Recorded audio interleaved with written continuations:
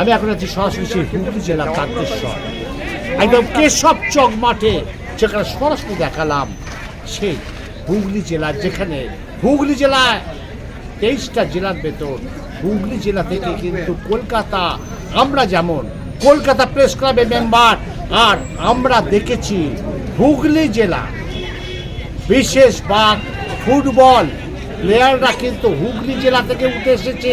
হ্যাঁ, কারণ হুগলি জেলার মাটি, হুগলি জেলার তারা গন্ধ। তাই বাবা মাদের বলছি যে আপনারা কিন্তু সে আপনাদের বাচ্চাদের কাঁধে 10 কেজি 5 কেজি সেই একদম বাট খাড়ার মতন বই না চাপিয়ে আর মুঠোফোন না করে মাঠে নামান, মাঠের গন্ধ শোকান, মাটি মাখুন। কারণ আজ আমি চলে এসেছি সেই হুগলি জেলায়, একদম সরাসরি আপনাদের দেখাচ্ছি। আমি ধরে নেবো সেখানটা ছেড়ে দেবো। আচ্ছা, আজকে আপনাদের প্রথমে আলো বার্তা করদায় অবশ্যই ভালোবাসা। তা আজকে প্রথম আলো বার্তা করদায় আমি সরাসরি সেই হুগলি জেলা কেশব চক মাঠে এসেছি। সেখানে এই ফুটবল খেলা যেটা আমরা হারিয়ে যেতে বসেছি, এখন বাবা মারা মুঠো ফোন দিয়ে ছেলে মেয়েদের ভোলাচ্ছে, মাটি মাখাতে ভুলে গেছে, মাঠের গন্ধ শোকাতে ভুলে গেছে। কী বলবো?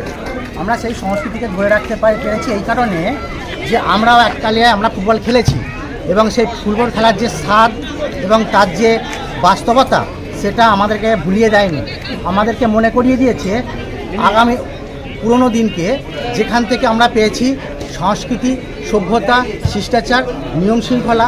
সেই শৃঙ্খলাপরায়ণ যেহেতু এখন নাই, এখনকার মধ্যে মানবতা থাকছে না, এখনকার মধ্যে সভ্যতা থাকছে না, সংস্কৃতিকে ধরে রাখার জন্য, শিষ্টাচার মেনে চলার জন্য, সভ্যতাকে ফিরিয়ে আনার জন্য আমরা এই মাঠে প্রতি বছর আমরা যেমন ফুটবল খেলা করি, তেমনি বিভিন্ন সাংস্কৃতিক অনুষ্ঠান, রক্তদান শিবির থেকে আরম্ভ করে রবীন্দ্র নজরুল সন্ধ্যা থেকে আরম্ভ করে বিভিন্ন সাংস্কৃতিক অনুষ্ঠান, সরস্বতী পরের দিন মহিলা স্পোর্টস থেকে আরম্ভ করে যেমন শরীরচর্চা থেকে আরম্ভ করে আমরা সমস্ত বিনোদনমূলক অনুষ্ঠান করে মানুষের মধ্যে সেই শিষ্টাচার, সেই সদ্ব্যবহার, সেই নিয়ম শৃঙ্খলা, এই বোধটা নিয়ে আসার জন্য আমরা সব বাবা মাদেরকে যেমন বলি, তেমন বাচ্চাদেরকেও সেইভাবে শেখাই।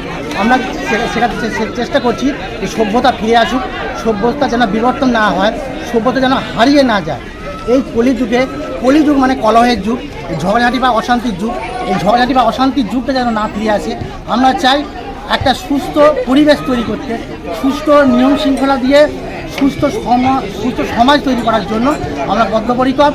এলাকায় যারা উপস্থিত হয়েছেন, আমাদের বিধায়ক থেকে শুরু করে, পঞ্চায়েত সমিতি থেকে শুরু করে, চাপাডাঙ্গা ব্যবসায় সমিতি থেকে, হুগলি চেম্বার অফ কমার্সের চন্দ্রনগর সাব ডিভিশন থেকে শুরু করে, বেঙ্গল চেম্বার অফ কমার্স থেকে শুরু করে, বিভিন্ন তাইকোন্ডো থেকে আরম্ভ করে, বিভিন্ন ক্যারাটে থেকে আরম্ভ করে, যারা আত্মরক্ষার থেকে পরিচয় আছে, যারা সমাজকে ধরে রেখেছে, যারা ব্যালেন্স সমাজটাকে, তাদেরকে আমরা নিমন্ত্রণ করেছি এবং তারা এসেছে। আমরা ক্লাবের পক্ষ থেকে অসংখ্য ধন্যবাদ, অভিনন্দন, কৃতজ্ঞতা জানাই যে সমস্ত সাংবাদিক বন্ধু উপস্থিত হয়েছেন, কারণ তারা এই রকম একটা পল্লী গ্রামের এরকম অবসরের জায়গায় তারাও যে আজকে বিভিন্ন জায়গায় ছড়িয়ে দিচ্ছে, এই জন্য আমরা অভিনন্দন, ধন্যবাদ এবং কৃতজ্ঞতা জানাচ্ছি। আপনার নাম এবং ডেজিগনেশন? আমার নাম দিবাকর পাল, কেশব চক সিটি স্পোর্টিং ক্লাবের সম্পাদক। আপনাকে ধন্যবাদ। ধন্যবাদ। প্রথম আলাপ থাকবেন সরাসরি সেখানে আমি কিন্তু আপনাদের দেখিয়ে দিয়েছিলাম সেই তারকেশ্বরের এমএলএ সৌমিন্দ্রবাবুর বক্তব্য, আমরা দেখিয়ে দিয়েছি তরুণবাবুর বক্তব্য, আমরা দেখিয়ে দিয়েছি সম্পাদকের বক্তব্য। আবার আমি বলছি, যারা দেখছেন আমাকে, অর্থাৎ প্রথম আলো বার্তার পর্দায় সমস্ত মা বাবাদের বলছি, যারা দেখছেন, এখনো যারা ফলো করছেন, সেই মা বাবাদের উদ্দেশ্যে বলছি, আপনার ছেলেকে মাটির গন্ধ শোকান, মাটি মাখান। হ্যাঁ, মুঠো ফোনের মধ্যে না রেখে মাঠে ওদেরকে নামান। আপনারা দেখতে থাকুন, সঙ্গে থাকুন, পাশে থাকুন। আমি আমল করছি।